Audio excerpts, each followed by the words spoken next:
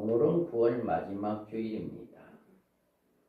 폭염이라 힘들었던 9월도 하나님 은혜 가운데 지나가고 이제 결실의 계절 10월을 맞이합니다. 10월 한 달도 여러분의 가정과 여러분의 사업장에 하나님의 크신 은혜와 복을 받는 복된 역사가 일어나기를 주님의 이름으로 축복합니다. 우리가 계시록 7장에 대해서 지금 말씀을 살펴보고 있습니다. 요한계시록 중에 7장의 해석은 대단히 중요하며 또 그 계시의 해석이 다양하고 그 해석이 요한계시록의 해석에 전체 계시에 미치는 영향이 대단히 크다라고 하는 것을 우리는 이야기를 했습니다. 요한계시록 7장 해석은 그 해석 방향이 세 가지로 나누고 있어요. 하나는 오래전부터 보수적인 신학자들에 의해서 선호되었던 해석 방법으로 우리 하나님의 종들이나 14만 4천이나 이스라엘 각 지파들이나 흰옷 입은 큰 무리나 모두 같은 차원에서 해석하고 있는데 이 해석에 따르면 이들은 구원받은 그리스도인의 총수요다 라고 이야기를 해요. 그래서 이렇게 예수 믿는 그리스도인의 총수요다. 또 다른 하나의 해석 방법은 이들은 문맥 그대로 이스라엘 12지파에 관한 것으로 육적 이스라엘의 구원에 관한 계시다. 이렇게 해석을 합니다.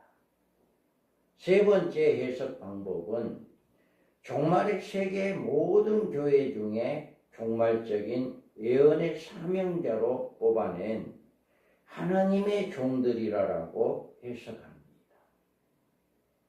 이 같은 해석의 차이는 해석하는 일에서 끝나는 것이 아니라 그 해석하는 각도에 따라 종말적인 사건이 완전히 다른 방향으로 전개되어 나간다는 사실을 감안할 때 이 문제에 크나큰 관심을 가지고 깊이 연구할 필요가 있다. 그러면 우리가 14만 4천에 대한 세 가지 견해, 조금 전에 말씀을 드렸던 그 견해입니다. 그래서 내가 인침을 받은 자의 수를 들으니 이스라엘 자손의 각 지파 중에서 인침 받은 자들이 14만 4천이니. 아멘.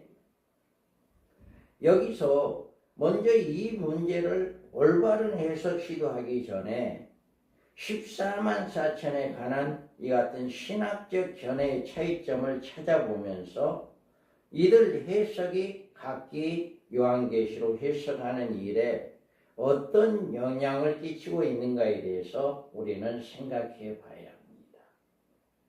그래서 먼저 이들을 육적 유대인의 해석하는 견해입니다.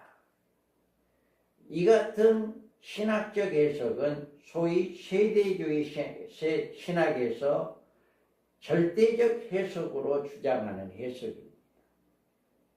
여기서 세대주의는 절대적이란 해석이란 말은 절대로 양보할 수 없다는 그런 뜻입니다. 왜냐하면 이 해석이 무너지면 세대주의 신학자들은 주장하는 종말론이 무너지게 되고 그렇게 될 때 세대주의에 설 곳이 없게 되기 때문입니다.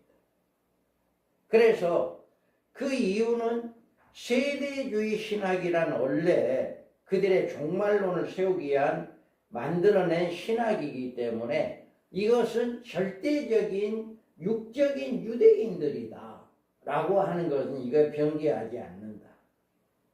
그래서 성경에서 인류 역사를 7세대로 구분하는 것은 모든 성경 해석의 기본으로 삼은 것이 이들 세대주의 신학의 특징입니다. 이런 방법의 성경 해석은 종말론 해석에 필연적으로 큰 영향을 끼칠 수밖에 없었습니다. 교회 시대와 천년왕국 시대 중간에 7년 대환란이라고 하는 한 시대를 개업시켜서 교회 시대와 대환란 시대를 구분하기 때문입니다.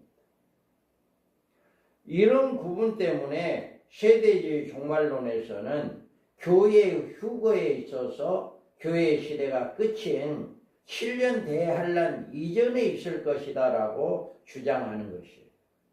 그래서 이런 해석은 또 7년 대환란 기간은 유대인들의 회복 기간으로 유대인들의 회개를 위해서 필요한 기간이고 교회와는 아무런 관계가 없다. 이 세대주의자들은 7년 환란은 우리 성도들에게는 아무런 상관이 없다. 왜 그러냐면 사장에서 이리로 올라오라라고 하는 그 말씀대로 성도들은 이미 하늘로 올라가고 그 나머지 유대인들이 나머지 계시록에 있는 모든 것들은 유대인들에게 해당되는 말이다. 이렇게 주장을 하고 있습니다.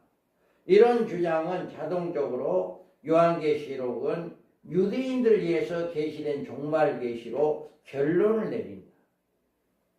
그러므로 그리스도인들은 요한계시록 4장에서 모든 내용이 끝나기 때문에 다른 그 내용들은 알 필요가 없다. 이렇게 세대주의자들은 주장을 하고 있습니다.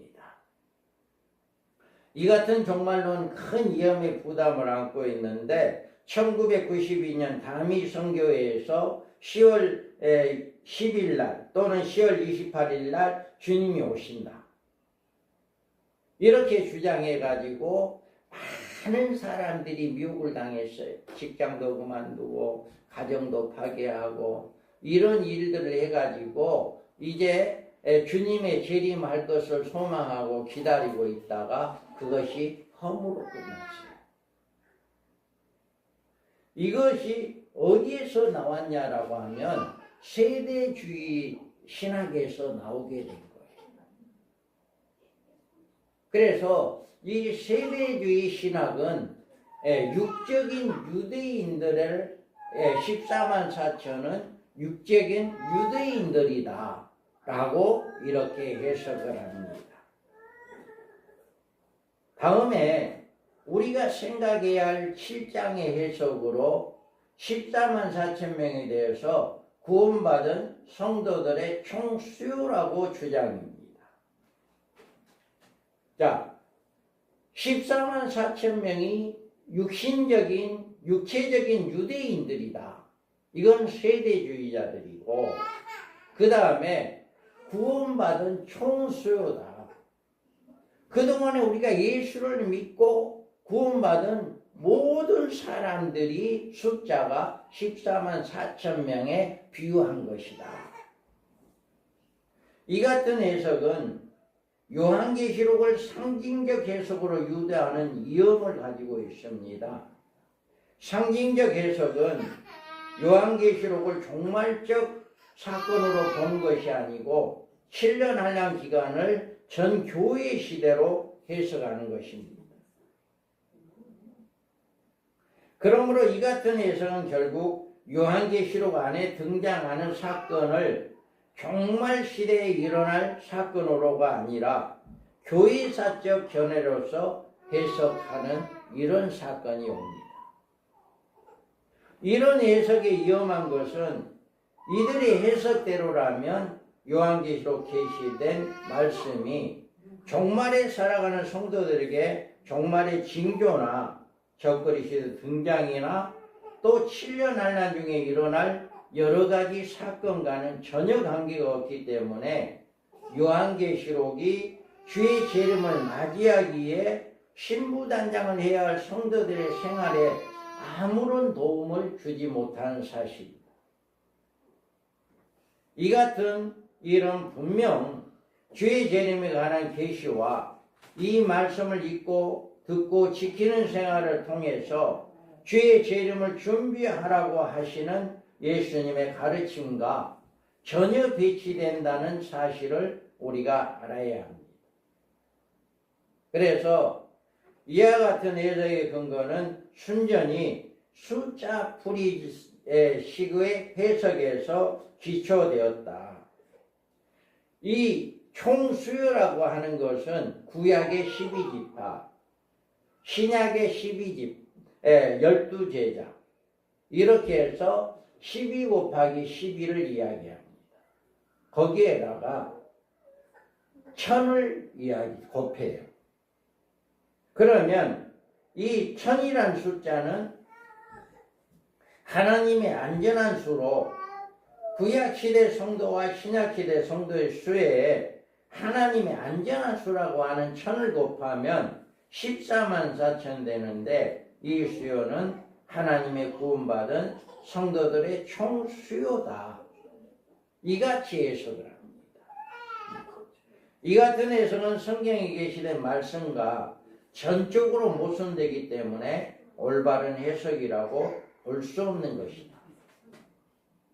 그런데도 보수신학을 취하는 많은 신학자들이 이런 방법을 취할 수밖에 없는 것은 다른 방법으로는 이 문제를 해석할 수 있는 길을 찾아낼 수가 없기 때문에 이게 잘못된 줄 알면서도 이 14만 4천은 구원받은 총수요다. 이렇게 주장할 수밖에 없다는 거예요. 더 이상 이것을 어떻게 해석할 방법이 없어. 그래서 이렇게 해석한다라고 하는 거예요. 자, 그러면 우리는 계시된 14만 4천 명의 정체를 분명히 잘 알아야 합니다. 내가 인침받은 자의 수를 들으니 이스라엘 자손의 각 지파 중에서 인침받은 자들이 14만 4천. 아멘. 이 14만 4천에 관한 계시는 올바르게 해석하는 일은 요한계시록 전체 해석과 밀접한 관계를 가지고 있기 때문에 이에 대하여 우리는 세심한 성경적 관찰을 필요한 것입니다. 그래서 14만 4천은 이스라엘 12지파 중에서 나오는 우리 하나님의 종들이다 라고 이렇게 밝히고 있습니다. 그러면 이들 이스라엘이라고 나오는 12지파는 육적 이스라엘을 의미하는 것이냐 아니면 하나님의 교회를 의미하는 것이냐의 문제부터 해답이 나와야 한다. 이들이 육적 이스라엘이라고 주장하는 사람들은 이들이 속한 이스라엘의 12지파에 그 근거를 두고 있습니다. 이스라엘 12지파는 육적 이스라엘을 언급해 주는 증거라고 말하고 인류 종말에 구원받을 이스라엘의 숫자라고 주장합니다. 그러나 이스라엘의 구원의 시기는 주의 재림의 시기가 가서 재림하시는 주님을 바라보며 회개하는 시기로 성경에서는 예언되어지고 있습니다. 그래서 7장에서 우리 하나님의 종들의 이마에 인치는 시기가 아직 그런 시기에 훨씬 미치지 못하고 있다. 자, 2일 후에 내가 보니 각 나라와 족속과 백성과 방언에게에서 아무도 능히 셀 수 없는 큰 무리가 나와 흰옷을 입고 손에 종려가지를 들고 보좌과 어린 양 앞에 서서 여기서 나온 2일 후에 내가 보니 각 나라와 족속과 방언에 아무도 능히 셀 수 없는 큰 무리가 흰옷을 입고 종려가지를 들고 보좌 앞에 어린 양 앞에 섰다라고 하는 거예요. 자, 여기에서 세대주의 신학적으로 종말론에 따르면 교회에 속한 성도들은 이미 4장 초두에서 모두 공중에 휴거되었고 14만 4천 명은 구원받은 유대인들의 숫자라고 한다면, 그러면 이 흰옷 입은 자들은 또 누구냐라고 하는 거예요. 그잖아요. 예수 믿는 모든 사람들은 다 올라갔어. 아무도 없어. 그리고 유대인들만 남았어. 그런데 여기에 또 2일 후에 내가 보니 능히 셀 수 없는 흰옷 입은 우리가 또 나오는데 이들이 누구냐라고 하는 거예요. 이 문제를 해결할 수가 없어요. 이 문제를 이미 올라가 있는데 이건 누구냐라고 하는 문제를 해결을 못합니다. 또한 이들은 14만 4천에 대해서 이들의 자격이 14장 4절에서 나옵니다. 자, 읽어봐요. 이 사람들은 여자와 더불어 더럽히지 아니하고 순결한 자라. 어린 양이 어디로 인도하든지 따라가는 자며 사람 가운데에서 속량을 받아 처음 익은 열매로 하나님과 어린 양에게 속한 자들이니 그 입에는 거짓말이 없고 흠이 없는 자들이더라. 아멘. 이 14만 4천 명의 자격이 나와요. 그런데 이들을 자격을 볼 때 이들은 결코 육적인 이스라엘이 아님을 알 수 있게 된다. 유대인들이 이런 자격을 갖출 수가 있나요? 없거든. 그리고 여기에 나온 12지파가 실제적인 지파를 의미해 주는 것이 아닌 것은 지금 유대인들에게는 지파의 관념이 완전히 사라져 버렸어요. 지금 이스라엘의 법률은 모계를 이스라엘의 혈통으로 인정해 주고요. 어머니의 성을 따라요. 어머니의 성. 지금 유대인들은 2000년 전에 예수님이 살아계셨던 당시 유대인들이 조롱하고 멸시를 하던 사마리아 사람들처럼 혈통적으로 순수성을 완전히 결여된 희귀들로 구성되어 있기 때문에 혈통적으로도 구분된 지파란 있을 수 없게 됐다. 여기에서 보면 모계사에서 순수한 부계의 혈통 유지는 불가능하다. 어머니 성을 따르니까 그 어머니 성을 따르는 자들이 또 계속해서 어머니 성을 따르고 어머니 성을 따르다 보면 아버지의 성을 따르는 그게 없어지는 거예요. 지금 유대인들이 바로 이런 결과가 되는 거예요. 그래서 모계사의 순수한 부계의 혈통 유지는 불가능한 거예요. 그래서 지금 이스라엘 사회에서는 지파의 관념이 없어졌어요.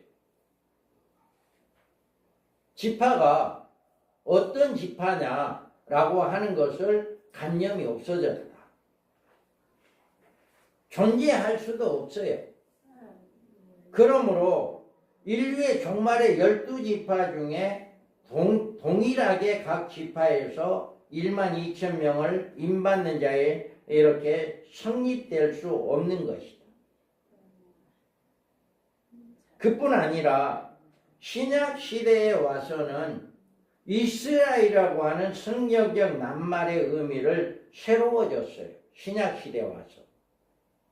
그리스도의 십자가로 이스라엘의 개념이 달라진 것이에요. 그 이유는 이스라엘은 아브라함과 다윗의 자손으로 오시는 예수님의 탄생 시까지 혈통적인 민족으로 필요했지만 이제 그의 탄생하심과 그의 사역의 완성을 아브라함의 자손의 성경적인 개념이 예수 그리스도에 인하여서 새롭게 정립되었다. 그래서 이스라엘이라고 하는 성경에서 이스라엘이라고 하는 것은 이제 육적인 이스라엘의 각 지파를 이야기하는 게 아니다. 예수 그리스도로 말미암아 이제 그를 믿는 아브라함의 후손 모두가 다 이스라엘의 후손이다 라고 하는 거예요. 그래서 이면적 유대인이 유대인이다. 자, 무릇 표면적 유대인이 유대인이 아니요 표면적 육신의 할례가 아니라 오직 이면적 유대인이 유대인이며 할례는 마음에 할지니 영에 있고 율법 조문에 있지 아니한 것이라. 그의 칭찬이 사람에게서 아니요 다만 하나님에게서입니다. 아멘. 여기에서 이스라엘이 누구냐라고 하는 거예요. 이스라엘 민족이 누구냐라고 하는 거예요. 이거는 육적인 이스라엘이 아니라 우리의 마음속에 예수 그리스도를 믿는 이런 자들이 이스라엘이다. 또 아브라함은 모든 믿는 자의 조상이다라고 해요. 자, 그러므로 상속자가 되는 그것은 은혜에 속하기 위하여 믿음으로 되나니 이는 그 약속을 그 모든 후손에게 굳게 하려 하심이라. 율법에 속한 자에게뿐 아니라 아브라함의 믿음에 속한 자에게도 그러하니 아브라함은 우리 모든 사람의 조상이다. 아멘. 아브라함은 모든 믿는 자의 조상이다.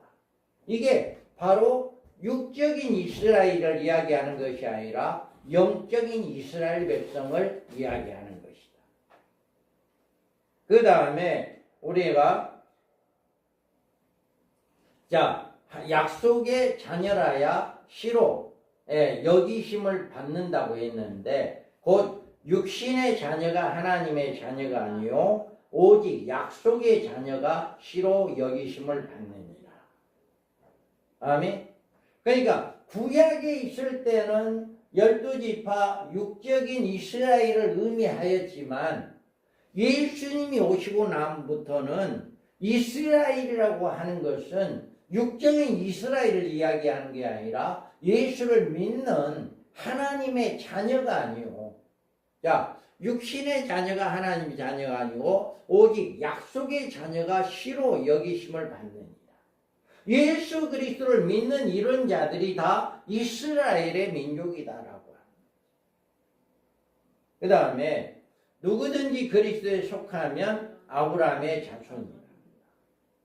자, 너희가 다 믿음에 말미암아 그리스도 예수 안에서 하나님의 아들이 되었으니 누구든지 그리스도와 연합하기 위하여 세례를 받은 자는 그리스도 옷을 입으니라. 너희는 유대인이나 헬라인이나 종이나 자유인이나 남자나 여자나 다 그리스도 예수 안에서 하나님이라. 너희가 그리스도의 것이면 또 곧 아브라함의 자손이요 약속대로 유업을 이을 자니라. 아멘. 이와 같이 누구든지 예수를 믿으면 아브라함의 후손이다라고 합니다. 그러니까 육적인 이스라엘이 아니고 예수를 믿는 자들은 아브라함의 후손이다. 우리는 하나님의 이스라엘이라고 했어요. 자, 무릇 이 규례를 행하는 자에게와 하나님의 이스라엘에게 평강과 긍휼이 있을지어다. 아멘. 이와 같이 예수를 믿는 모든 자에게 하나님의 이스라엘이다. 이렇게 이야기를 하고 있어요. 또 우리가 여기에서 보면 참 할례를 당한다고 했는데 빌립보서 3장에 보면 하나님의 성령으로 봉사하며 그리스도의 예수로 자랑하고 육체를 신뢰하지 아니하는 우리가 곧 할례파라. 이들이야말로 종말에 하나님께 쓰임받는 하나님의 종들입니다. 그들은 이마에 인친 것을 그들에게 예언의 사명에 주신 의미를 이야기하는 거예요. 이들은 이 사명을 받은 권능을 받고 우리가 이 14만 4천 명은 육적인 이스라엘도 아니고 또 구원받은 총수도 아니다 라고 하는 것을 성경에서 이렇게 우리가 살펴보고 알 수가 있다. 그러면 이 14만 4천은 누구냐라고 하는 거예요. 이 14만 4천은 계시록 10장에서 책을 받아 먹어라 이 말씀을 듣습니다. 그래서 그 책을 받아 먹고 11장에서 1260일 동안 예언 사역을 합니다. 그래서 그 예언 사역이 끝나면 3일 무적경에서 올라온 악령들에 의해서 죽임을 당하고 그들이 3일 반 만에 다시 살아납니다. 그래서 그들이 어디 올라가느냐 하면 시온산에 올라가요. 천국이 아니에요. 이들이 올라가는 곳은 다른 시온산이라고 하는 곳이에요. 그래서 거기에서 하나님께 찬양하는 이런 일을 하고 있다가 계시록 19장을 통해서 백마를 타고 주님과 함께 재림합니다. 그래서 악령들 적그리스도와 거짓 선지자를 산채로 불못에 던지는 일과 또 그를 따르는 모든 자들을 죽이는 이것을 주님과 함께 하게 됩니다. 그리고 난 다음에 그들이 천년왕국에 들어가서 왕노릇하게 되어지는 이런 복을 받게 되어진다 라고 하는 것입니다. 그래서 요한계시록에서 14만 4천 명은 하나님의 교회에서 하나님께서 예비하신 우리 하나님의 종들에게 예언의 권능을 주셔서 그의 백성들을 대환란에서 건져내시는 순교적인 사명자로 쓰시는 하나님의 종들이다. 14만 4천 명은 이와 같이 육적인 이스라엘 백성을 의미하는 것이 아니고 예수를 믿는 구원받는 총수도 아니며 마지막 때 쓰임받을 우리 하나님의 종들이다 라고 하는 것을 성경을 통해서 우리는 알 수가 있다. 그런데 이것을 성경적으로 해석을 하지 못하다 보니까 세대주의자들은 육적인 이스라엘로 해석을 하고 또 다른 모든 신학자들은 구원받은 총수요다. 구약의 12지파, 신약의 12제자를 곱하고 하나님의 안전한 숫자 1000을 곱하면 14만 4천이기 때문에 구약이나 신약에 있는 모든 믿는 자들의 수요다. 이렇게 해석을 하고 있다. 라고 하는 것입니다. 그래서 우리 교회는 바로 이와 같이 마지막 때 쓰임받을 두 증인의 사명자들을 일경교회가 됩니다. 그래서 종말론 단기대학 세미나를 매달 한 달에 한 번씩 주의 종들을 모여서 이렇게 세미나를 하고 그 세미나를 통해서 이렇게 바른 진리를 잘 가르쳐서 그들이 두 증인의 사명을 깨닫고 마지막 때 슬기로운 5천을 양육하는 이런 교회들로 이제 성장하게 하는 것이 바로 우리 교회의 사명입니다. 그래서 10월 달에도 29일 날 우리 미면수 목사님이 오시면 오셔서 강의하실 수 있도록 기도를 해 주시고요. 우리가 이 사명을 잘 감당하는 교회로 여러분들이 기도를 많이 하고 또 여러분들은 슬기로운 5처녀로 신랑을 맞이하는